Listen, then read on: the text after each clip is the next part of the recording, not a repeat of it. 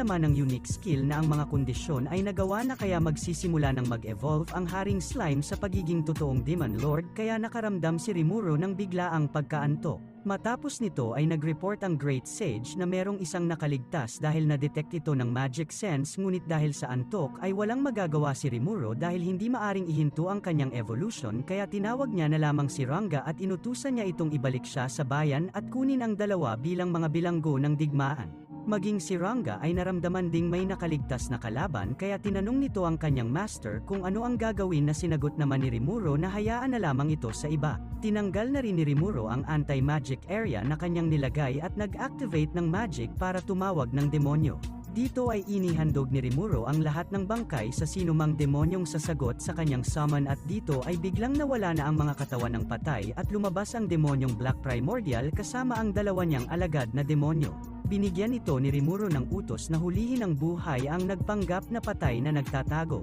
Namangha ang demon sa pamilyar na presensya ng pagsilang ng bagong Demon Lord kaya isa umanong napakalaking handog ang una niyang trabaho at dagdag pa nito na napakatagal niyang hinintay ang araw na ito. Sinagot rin siya ni Rimuru na patunayan muna ng demon ang kanyang sarili nang tinanong nito kung maaari niya bang pagsilbihan si Rimuru simula sa araw na ito kaya sinabi na lamang ng Black Demon at tinawag pa na Master si Rimuru na wag itong mag-alala dahil ito ay simpleng gawain lamang. Sa kampo ng mga napulbos na puwersa ng Falmouth ay himalang nakaligtas si Raisin dahil sa kanyang skill na survivor. Hindi niya inakala na sa isang iglap lamang ay binutas ang kanyang utak at habang iniisip niya ang mga nangyari ay dumating ang Black Demon at sinabi sa kanya na huhulihin niya ito at malaya siya lumaban kung gusto ni Raisin. Natawa na lamang ang Primordial Demon nang tinanong ni Raisin sa kanya kung ito ay makikipaglaban sa kanya ngunit inamin ni Raisin na hindi siya nagbibiro dahil hindi umano isang Greater Demon ang kanyang kaharap na tinawanan lamang ulit ng demonyo. Umatake na si Raisin gamit ang kanyang nuclear strike magic na tinatawag niyang nuclear cannon ngunit parang inaantok lamang dito ang demonyo at hinipan na lamang ang napakalakas na atake. Matapos ay pinalakpakan ng Black Demon ang magic ni Raisin ngunit hindi pa rin nagpatinag rito ang sorcerer dahil nabigo lamang umano ang una niyang atake kaya nagsummon ito ng superior spirit ng earth na si Gnome dahil dito ay nalaman ng demonyo na kina-counter siya ng tao dahil ang mga demonyo umano ay malakas laban sa mga anghel, mas malakas naman ang mga anghel laban sa mga espiritu at ang mga espiritu ay malakas laban sa mga demonyo kaya tama umanong mag-summon ng superior spirit ngunit masyado pa umanong bata si Raisin at pagkatapos ay ipinakita ng demonyo ang kanyang ibig sabihin at ito ay kulang pa siya sa karanasan. Matapos matalo ang superior spirit ay dito nagkaroon ng idea si Raisin na isang archdemon ang kanyang kaharap. Gumawa naman ng isang anti-magic area ang demon dahil gusto niyang subukan ang katawan na ibinigay ng kanyang master. Sinabi rin ng demon na subukan ang anumang pisikal na atake sa kanya nang nagtatakang tinanong siya ni Raisin kung bakit niya kinulong ang magic dahil ito umano ang pinakasandata ng mga demons. Lumakas ang loob ng sorcerer dahil ang buo niyang akala ay isang normal na archdemon lamang ang kanyang kaharap, lalong-lalo nang hindi ito nakakagamit ng magic at kanyang inatake ang demon pagkatapos ma-activate ang kanyang berserker.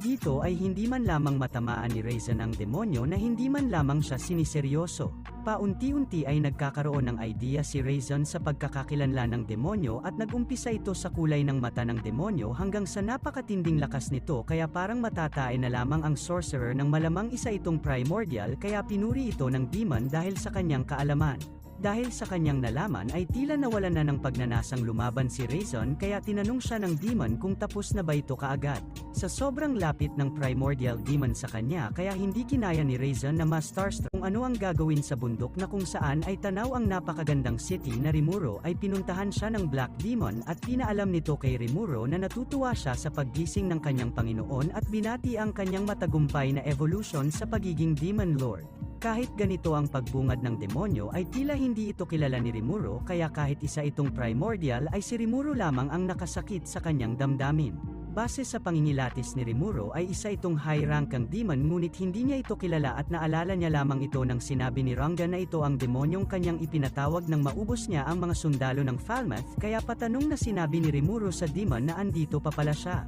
Dahil dito ay wasak na ang damdamin ng demon ngunit nabuhayan naman ito nang sinabi ni Rimuru na malaki ang kanyang naitulong. Sa pangatlong pagkakataon ay naramdaman ulit ng demon ang pakiramdam ng ipagtabuyan ng sinabi ni Rimuro na pwede na itong umuwi kaya humiling ito sa kanyang master na huwag sabihin ang ganito at pinaalala ng demon kay Rimuro na sinabi nito sa kanya nakaraan na nais niyang maglingkod bilang pinakamababa at pinakamapagkumbaba. Dahil dito ay nagtaka naman si Rimuro na gusto nitong maglingkod sa kanya kahit na isa itong mataas na uri ng demonyo na katulad ng isang greater demon. Matapos makumpirma ni Rimuro kay Rangan na ito talaga ang demon na kanyang tinawag ay ganoon na lamang ang saya na nadarama ng demon na tinanggap nito na pagsilbihan si Rimuro kahit wala itong ibabayad na kahit ano sa kanya. Sinabi rin ni Rimuro na wag siya nitong tawaging Panginoon at Rimuro lamang ang itawag sa kanya kaya tila nilalasap pa ng demon ang pangalan ni Rimuro at sinabing mula ngayon ay sasamahan na nito ang tinawag nitong dakilang si Rimuro. Nalaman rin ng Haring Slime na wala pa itong pangalan dahil ayon sa demon ay kontento na itong manatili bilang isang demonyong walang pangalan kaya nag-decide si Rimuro na bibigyan niya ito ng pangalan bilang kabayaran kaya ganun na lamang ang saya nito dahil ito umano ang pinakamalaking gantimpala na ibibigay ni Rimuro sa kanya.